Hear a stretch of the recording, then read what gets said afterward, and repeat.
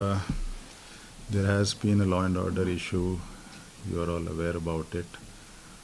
If the police nodal had been here, he would have given more details. So I'll very broadly only touch upon it. Since yesterday, there has been a law and order issue there, and then sufficient security was there. Our administrative officers were there in the field. Unfortunately, one life has been lost. But since post-mortem has not been done yet, it will happen only tomorrow.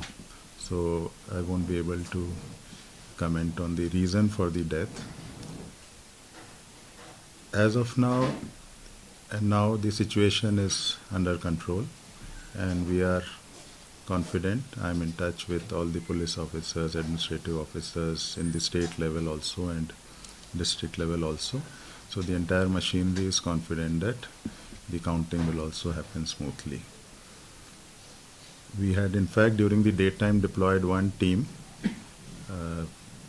one officer, administrative officer, one senior police officer, and one officer from the election department. A 3-member team was physically placed in Noklak. They were airlifted by chopper to Noklak just to oversee the law and order situation there.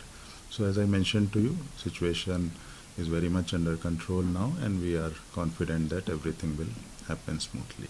So this is the broad overview of the situation, and as I said in the beginning, I'll say now also that I'm sure all of us are together in praying that everything will happen smoothly. Thank you. Okay, in case the media has one or two questions to ask, time is given now.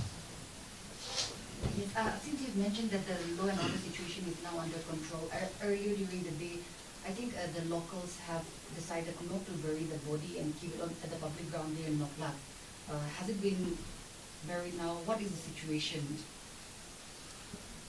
I don't want to go into details. As I said, tomorrow we are having a proper press conference, so the police nodal also will be there. He'll give you all the details. As I said, our team was deployed there, administration, police were fully involved in that.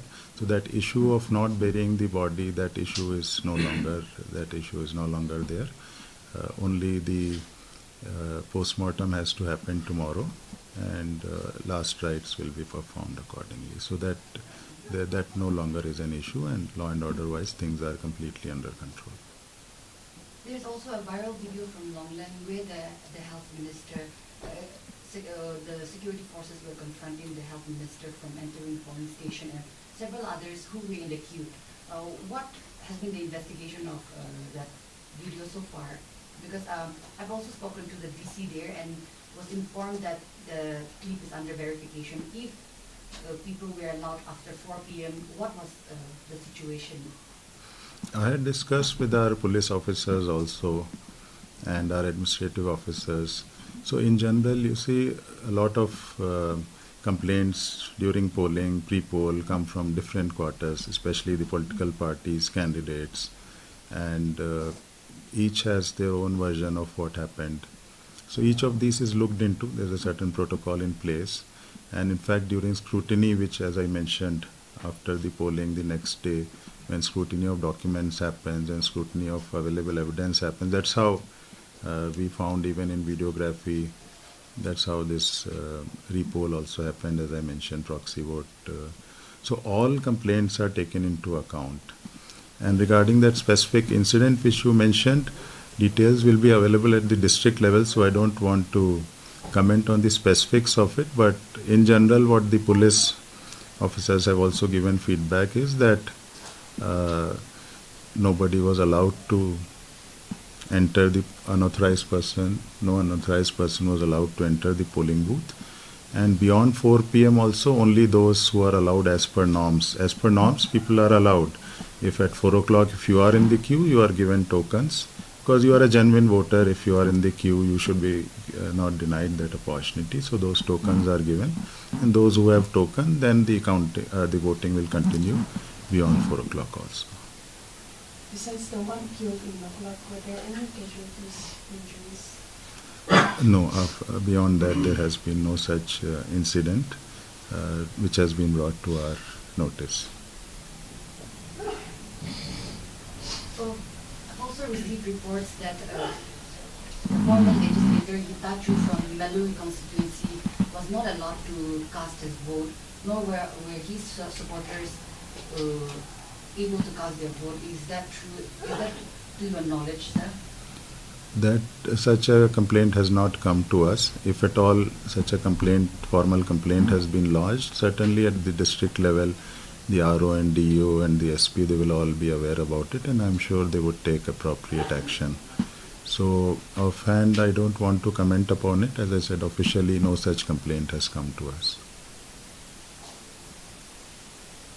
Okay, then I think with that we shall wind up the briefing for tonight.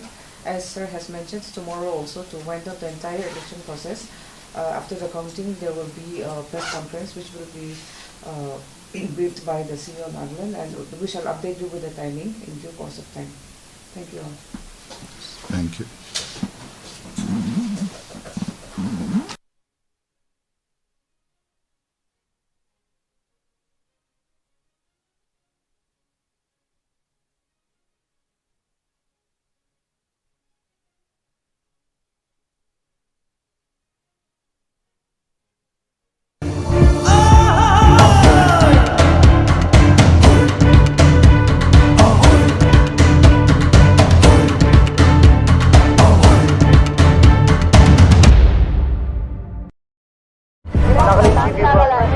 Nagaland TV, Sop Manulaga Awas. Watch us live on Geo TV and on your television sets as well. For Dimapur viewers, we are on channel number 994 in Global Chapter, and Kohima and Mokokchung viewers, switch to channel number 138 on Hornbill Digital. For all news and updates, follow us on Facebook, Instagram, YouTube and Twitter.